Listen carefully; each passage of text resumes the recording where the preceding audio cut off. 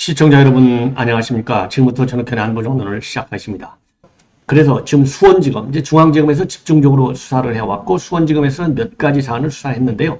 수원지검이 이재명 수사 전담 팀을 아예 만든다. 이런 아주 좋은 보도가 나오고 있네요. 그래서 관련 내용을 말씀을 드리도록 하겠고, 그리고 권순일, 제가 도 말씀을 드렸지만은 권순일에 대해서 지금 새로운 의혹이 차량하고 기사까지 제공받았다. 이게 이제 또 오늘 추가적으로 많이 보도가 되고 있고요. 그러다 보니까 이제 50억 클럽으로 자연스럽게 넘어갈 수밖에 없는데, 최근에 유동규 본부장이 법원에서 진술한 50억 클럽, 이 50억 클럽은 대장동 사업을 도와주기 위한 것이 아니고 이재명의 소송을 도와주는 것이다. 재판장이 직접 물어봤어요. 그러니까 뭐 재판장이 이제 한수위라고 봐야 되겠죠. 왜냐하면 모든 걸 다 짚어야 되니까. 그래서 대장동 사업을 도와주기 위해서 50억 클럽이 만들어진 거냐? 아니면 이재명의 소송, 이 선거법 위반, 무죄 판결을 끌어내기 위해서 50억 클럽을 해갖고 어마어마한 이 수임료를 준 거냐? 이게 굉장히 차이가 크잖아요. 그래서 유동규 본부장이 그거는 소송 도와주는 거야. 딱 잘라서 얘기를 한 거예요. 그러면 이 김만배, 권순일, 요 제목도 커질 수밖에 없다. 이렇게 판단이 듭니다. 자, 그래서 이러한 내용을요, 이 자료 화면과 함께 여러분께 정리해 드리도록 하겠습니다. 예. 자, 그래서요, 요거를 이제 보시면은요, 여러분들께서도, 이거 참, 많은 문제가 있구나. 많은, 여러 가지, 이번에 이제 패인을 들어보시고, 이 문제가 참 굉장히 컸구만.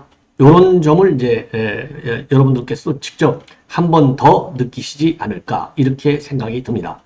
자, 그래서요, 우선 이제 이 자료를 먼저 말씀드리면, 우선요, 이 차가 지금 이제 보도에 따라서 다른데 어느 보도에서는 예상 밖으로 이 박빙 승리를 할 것이다. 이렇게 우리 국민의힘에서 기대했다라는 보도도 있고요. 그냥 박빙으로 패할 것이다라는 전망을 한 바 있는데 너무나 큰 차, 17% 차잖아요. 그래서 정말 놀랬다. 충격이 굉장히 크다. 이런 약간 엇갈리는 보도가 있어요. 자, 그래서 그럼에도 불구하고 지금 용산 분위기는 굉장히 심각한 것 같습니다. 만약에 용산 분위기가 심각하지 않다, 그러면 이것도 문제죠. 예, 그래서 용산 분위기, 민심을 겸허히 수용한다. 예. 자, 그리고 이제 김기현 대표도 지금 조금 전에 최고위를 열었는데요. 좀 더 낮은 자세로 분골쇄신하겠고, 수도권과 관련해서는 특히 맞춤형 대안도 마련하겠다. 이런 입장을 내놨습니다. 예, 그래서 그러다 보니까요, 지금 여당 안에서 수도권 위기론도 나오고 지도부 책임론까지 지금 거론되고 있는 상황이다. 그리고요, 지금 이제 이 여권 전반적으로 따끔한 질책은 곱게 받아들인다. 예. 자, 그리고 이제 야당은 아주 신나하죠. 예, 이 17% 차이는 이제 완패하다 보니까 우리 여권도 아까 말씀드린 대로 여러 반응들이 나오고 있어요. 자, 이재명이가 아주 신바람이 났어요. 자, 그래서 이재명의 이 분위기, 그리고 야당의 분위기도 말이죠. 이 분위기대로 그냥 기세를 잡고 총선 때까지 가자. 누구 맘대로 그렇게 가요? 그 여당은 바본가요? 가만히 있나요? 그래서 지금 야당 안에서도요, 친명과 비명계 간에 이번 보궐선거 승리를 두고 해석과 대안에 극명하게 대립되고 있습니다. 예, 그래서 그렇잖아요. 비명? 이번 이긴 거 악재야. 웃기지 마. 좋아하지 마. 딱 이게 비명의 입장이에요. 예, 그러니까 이재명 사법 리스크 없어진 게 아니야. 똑바로 해. 이게 비명의 입장인데 이 비명계의 입장하고 여러분들이나 저나 가지고 있는 생각이 비슷하다. 그래서 이재명이는 반드시 구속을 이제 연말에 쳐가지고요. 반드시 사법 리스크가 얼마나 컸는지, 그리고 이 범죄 행위가 얼마나 심각한 것인지를 유권자들, 왜냐하면 내년 총선은 전국이잖아요. 그래서 전 국민들이 모두 아는 결정적 계기를 연말 구속영장 청구가 이루어지면 그때 법원이 정말 보여줘라. 그래서 이 연말에 쳐지는 구속영장 청구, 이 유창훈, 이거 재수없이 유창훈 같은 인간이 또 이거 맡으면 어떻게 하죠? 큰일 났네요. 예, 이번에 혼나서 지도 정신 좀 차리겠죠. 인간이라면. 그런데 본래 좌파들은요, 인간성이 별로 없어요. 오로지 좌파 이념에만 매몰된 게 바로 이게 좌파의 특성이에요. 이재명 보시면 알잖아요. 조국 보면 알잖아요. 추미애 보면 알잖아요. 박봉계 보면 아시지 않습니까? 예, 이 조폭 근성을 갖고 있기 때문에 좌파들은 쉽게 변하지 않는다. 정청래 보십시오. 정청래 보세요. 정청래 얼마나 지독한 막말의 대가이고 험한 그런 사고방식을 갖고 있는지.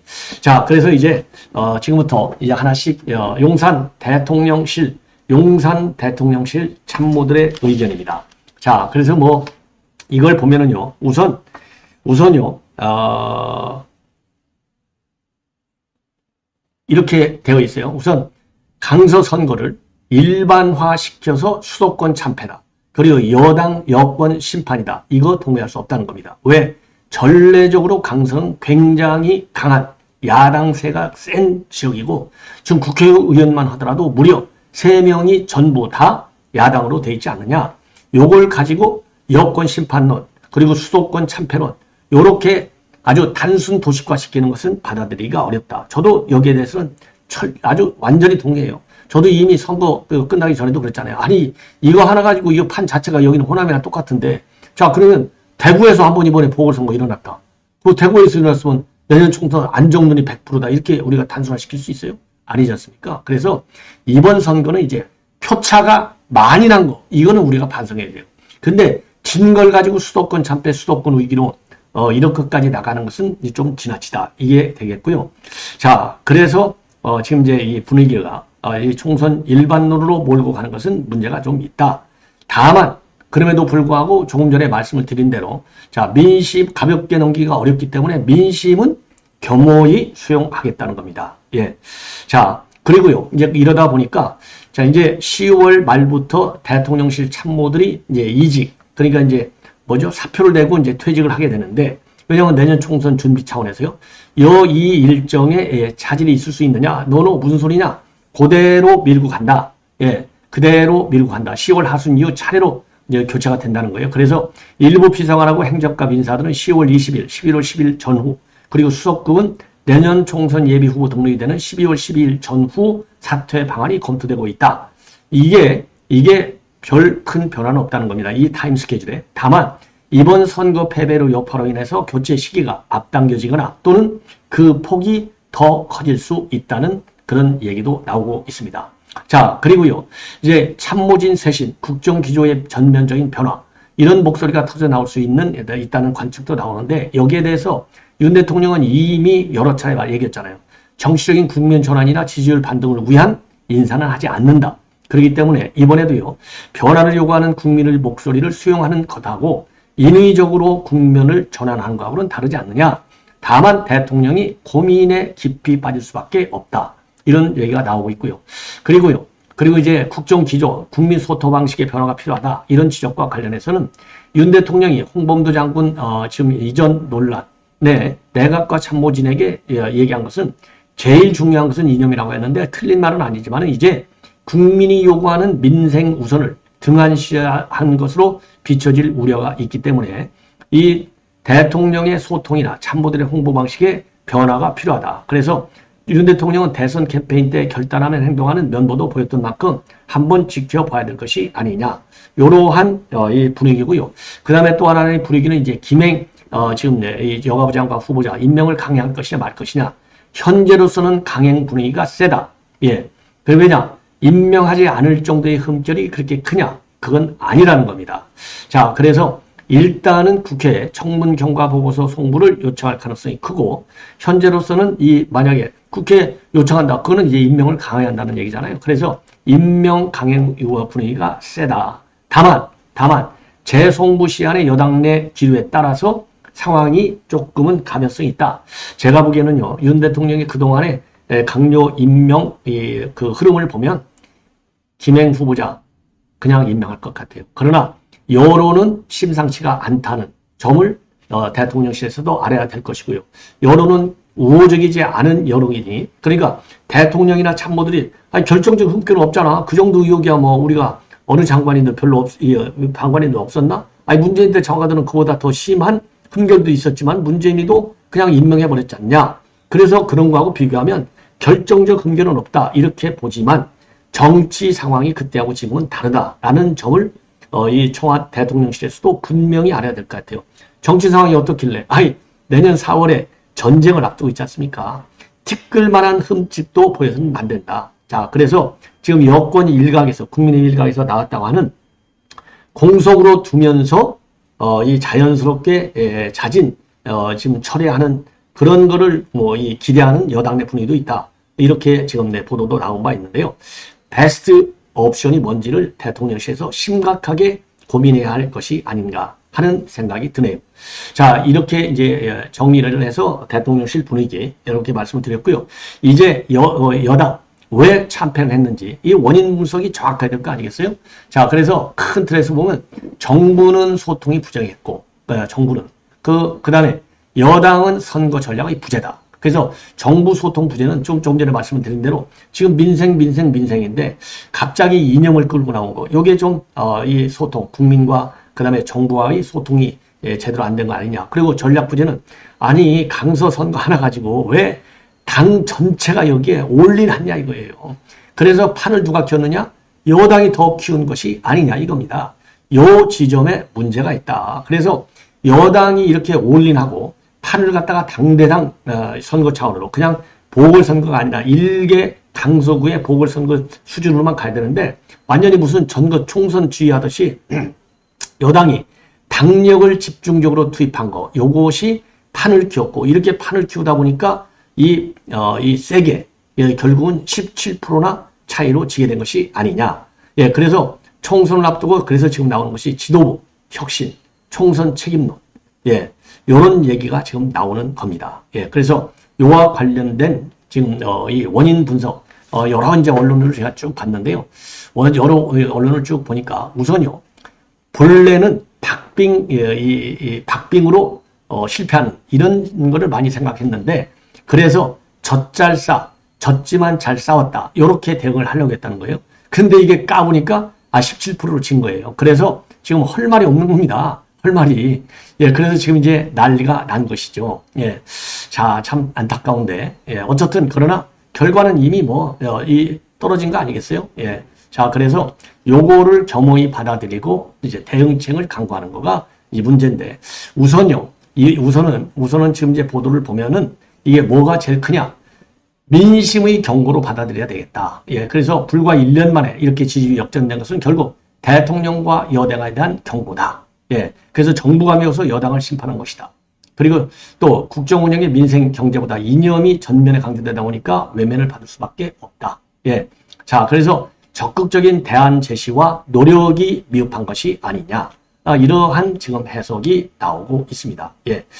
그래서 이제 요 부분에 대한 보완이 그 어느 때보다도 이게 이제 긴급하게 이 대책을 마련해야 된다는 것이 되겠습니다. 예. 그 다음에 이제 또 하나를 말씀을 드리면요.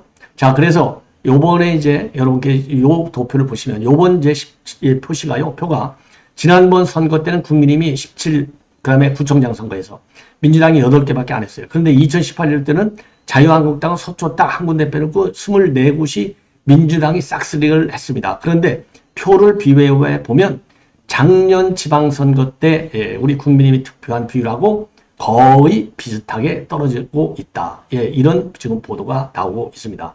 자, 그래서 지금 이 내용이 나오고 있고 그 다음에 두 번째 원인은요.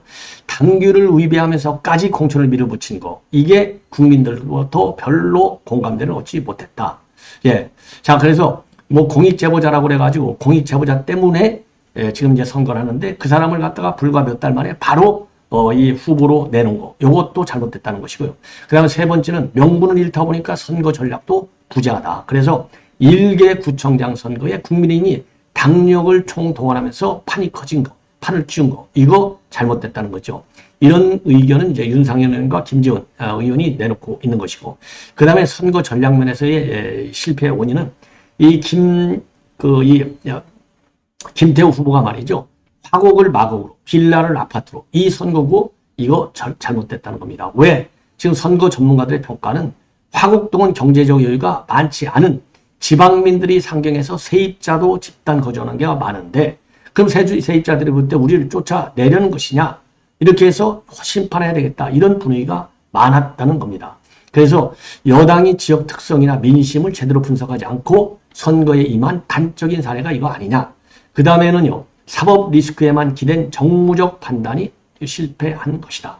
예, 그래서 지금 전문가들 사이에서는 김기현 지도부에 대한 책임론이 불가피하다. 총선까지 벼단을 시도하는 쪽과 현재 안주하는 쪽의 시비가 엇갈릴 것이다. 그러나 어쨌든 정부 여당의 혁신이 굉장히 중요하다. 이렇게 입장을 내놓고 있습니다. 그래서 지금과 같은 당과 대통령실의 수직적 관계는 총선이 어렵다. 치열한 변화가 필요하다. 이게 이제 한양대의 정액과의 김성수 교수, 그리고 명지대 신율 교수는 그동안 총선 민심은 변화를 택하는 쪽을 선택해 왔다. 이렇게 지금 참패 원인을 분석들을 하고 있습니다. 자, 그래서 우리 이제 이 여권의 반응은 이미 여러분께 말씀드린 대로 겸허하게 민심을 수용하고 더 고개를 숙이겠다. 이러한 입장이라는 점을 다시 한번. 그래서 이제 수도권 맞춤형 대안을 마련한다. 예. 요렇게 이제 정리하시면 될 것 같아요. 자, 그리고 이제 지금 이제 이 야당의 경우에는요. 이미 지금 이제 신났잖아요. 그래서 이재명이도 입장문을 내놓고, 그래서 이제 이재명이 신나라고요. 그러다 보니까 지금 비명계에서 마찬가지로 이 비판적 시각이 나오고 있습니다. 비명계에서는요, 이거 선거 승리에 도취하면 늘 망해. 악재야. 그래서 대표적으로 비명계 한 사람인 이원욱 의원의 경우에는요, 선거 이기면 당장 지도부 권한을 강화하는 데 일시적으로 도움은 될 것이다. 하지만 이거는 항생제 주사를 맞은 격이 돼서 오히려 당이 변화를 선택하지 않고 현재 체제에 안주할 가능성이 있다. 그러면 총선의 악재가 될 가능성이 아주 높다. 옳은 얘기죠. 이거 악재로 작용할 것이 굉장히 크지 않나 이렇게 생각이 들고요. 그리고 또 비명계에서는 이렇게 받아들이고 있어요. 같은 내용인데 이번 내년 선거 이거 가지고 낙관에 웃기지 마. 이런 분위기를 지금 이제 생각을 비명계 의원들이 많이 가지고 있다는 겁니다. 왜? 강서는 이미 말씀드린 대로 민주당 의원이 3명이 전부 3명이 민주당 의고요. 지난 대선 때도 지금 민주당의 그 이재명이가 오히려 더 많은 표를 받았어요. 예, 그래서 22년 대선 때 민주당 이재명은 49.17, 윤석열 대통령 후보는 46.97, 2% 득표율 차이가 2%로 2% 정도 앞섰어요. 그런데 이번에는 그 당시 그러니까 윤 대통령이 선방한 것이죠. 그리고 오세훈 시장 때는 56.09%, 김태훈은 51.30%. 자, 이렇게 이제 이 대선하고 지난번 지선 때를 받았는데 그걸 보면은 이번에 아주 완패한 것이 눈에 딱 떨어지게 보일 정도가 되는 것이죠. 예. 그래서 이번에 이제 충격이 더 크다. 이런 이 해석이 가능한 것입니다. 자, 그리고 이제 이재명은요, 제가 이미 말씀을 드린 대로 국정 실패에 대한 엄중한 심판이다. 이렇게 해서 심판론을 불지르려고 작심을 하고 있어요. 그러면서는 한편으로는 민주당의 승리는 아니다. 그러니까 국민의 승리다 이거죠. 그러니까 국민이 들고 일어나서 윤석열 정부 퇴진, 윤석열 정부 탄핵, 예, 윤석열 정부 규탄, 비판, 요거를 선동하는 발언이에요. 이게 이재명이는요, 아주 눈에 보이는 꼼수를 많이 써서 발언한다. 다 아시잖아요. 민주당의 승리라 생각한다는 얘기는 국민의 승리라는 거 아니에요. 왜? 국민이 심판해줬다는 거예요. 그래서 국정 실패에 대한 엄중한 심판, 요거하고 민주당의 승리라고 생각 안 한다. 요 얘기는 똑같은 말, 선동 규탄 분위기를 이끌어내려는 고도의 심리전적 측면에서 한 아주 고도의 전략적 고도로 아주 전략적 사고를 하면서 꺼내 들은 이 워딩이다. 이렇게 저는 판단합니다.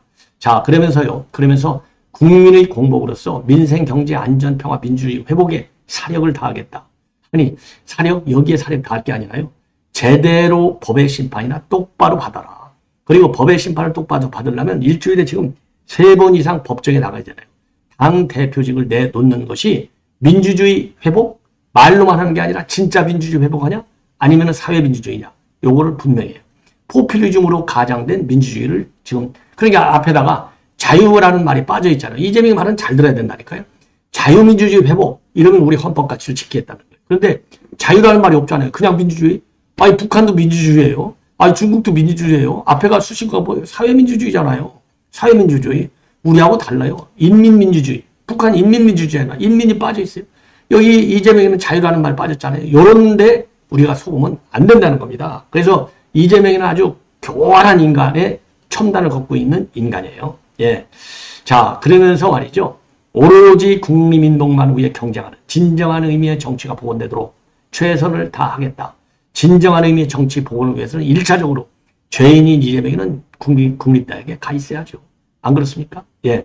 자, 그래서 이재명의 발언, 어제 이제 심야 방송에서 제가 말씀드린 것보다는 좀 더 자세한, 뭐 날이 샜으니까 정신 바짝 차리고 또 그 국민한테 어떻게 하면 사기칠까, 어떻게 하면 또 가짜 여론조를 벌일까, 여기에 골몰 했겠죠. 예. 자, 그래서 요 정도로 해서 이번 이 강서 선거와 관련해서 이제 말씀을 드리고, 이번에는 이제 권순일과 관련해서 말씀을 드리겠는데요. 요거는요, 권순일 관련 의혹, 요거는 지금 문화일보에서 대대적으로 지금 보도하고 있는 내용인데, 대법관을 딱 끝나고 나서 딱 2달 만에 화천대유 고문으로 들어갔어요.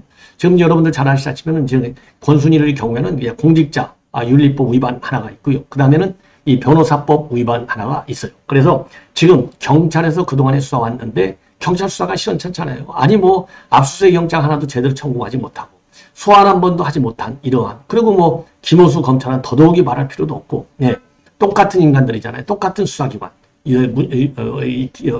문제일 때. 자, 그러다 보니까 이제는 검찰에서 경찰이 수사하고 있는 그 김순일, 권순일, 요거를 완전히 서울중앙지검이 인수를 했습니다. 그래서 본격적으로 이제 50억 클럽에 대한 수사를 이제 착수를 한 거예요. 자, 그러면서 문화일보가 지금 보도한 거에 따르면은 화천대유 고문으로 가서 매월 1,500만 원씩 해서 한 1억 5천만 원을 받았다. 여기까지는 다 나와 있잖아요. 그래서 이게 문제가 되니까 1억 5천만 원을 사회단체에 기부를 했어요. 자, 그런데 이게 이제 변호사법 위반이라 마찬가지예요. 지금 이제 문화일보가 단독으로 보도하고 있는 내용을 보면은요, 카니발 왜 멋있는 거 있잖아요. 큰 차. 예, 카니발 승합차라고 그러나요? 이 밴. 요거를 화천대에서 받았어요. 그리고 기사도 또 받았어요. 그리고 기사 유지비, 이 차량 유지비죠. 그러니까 차량 유지비로 680만 원을 또 받았어요. 요런 것들을 카니발 승합차하고 운전기사 플러스 차량 유지비 명목 680만 원. 이거 치사 680만 원 돈 이제 제가 주면 딱인데, 이거, 참 창피합니다. 이거 권순이도 또 해피노 대중고등학교 또 후배인데, 사실 개인적으로는 이제 권순이 아주 참 잘하는데 말이죠. 이게 이런 보도가 이제 사실이 아니기를 바랬는데, 처음에는 이게 뭐 거의 사실로 나오고 있어요. 그래서 공은 공이고, 공은 공이고, 사는 사기 때문에 제가 보도를 안 해드릴 수가 없어요. 예. 자, 그래서 이러한 문제가 전부 변호사법 위반이라는 겁니다. 예. 그 변호사법 위반. 특히 변호사법 위반과 관련해서는 지금 이제 이 김만배가 말이죠. 2020년 7월 16일 대법원 무죄 판결 다음 날, 그리고 대법원 전원합의체 회부한 바로 또 다음 날, 2020년 6월 15일하고 2020년 7월 16일, 요때를 비롯해서 2020년도 3월부터 집중적으로 지금 대법관 사무실을 방문했어요. 그래서 방문을 했는데 이게 문제가 되니까 김만배가 뭐라고 그랬어요? 나 그 이발을 간 거야. 아니, 이발을 가는데 8번씩 가요? 불과 2020년도 3월부터 7월까지 한 넉 달 동안에 8번을 가는데 매월, 지가 대법관 다니는데 대법원, 그리고 대법원 직원 다니는데 거기 이발소를 드나들어? 그 사고 자체가 아주 썩어 빠진 거예요. 김만배는 진짜 나쁜 액수예요. 그래서, 예, 요거 그냥 무기징역 딱, 사면복권이 안 되고 가명도 안 되는 무기징역을 받아야 돼요. 김만배 질이 아주 나쁜 인간이거든. 이거 이재명하고 사춘간이에요. 질이 나쁜 거를 보면. 자, 그러면서, 지금 이 검찰 조사에서도 이재명과 관련해서는 대화를 나눈 적이 없어. 요렇게까지 지금 거짓말을 하고 있어요. 그리고 바로 최근에도, 검찰은 김만배를 불러서 이 조사를 진행했다고 합니다. 요런 것들이 화천대유 이 자문을 구해주고 돈을 받은 거 1억 5,100만 원. 예.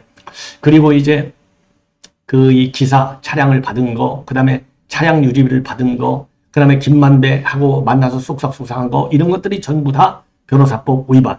요거를 이제 검찰이 직접 수사하고 있다. 요게 이제 중요한 내용이고요. 그 다음에 또 하나는 이제 법관인데요.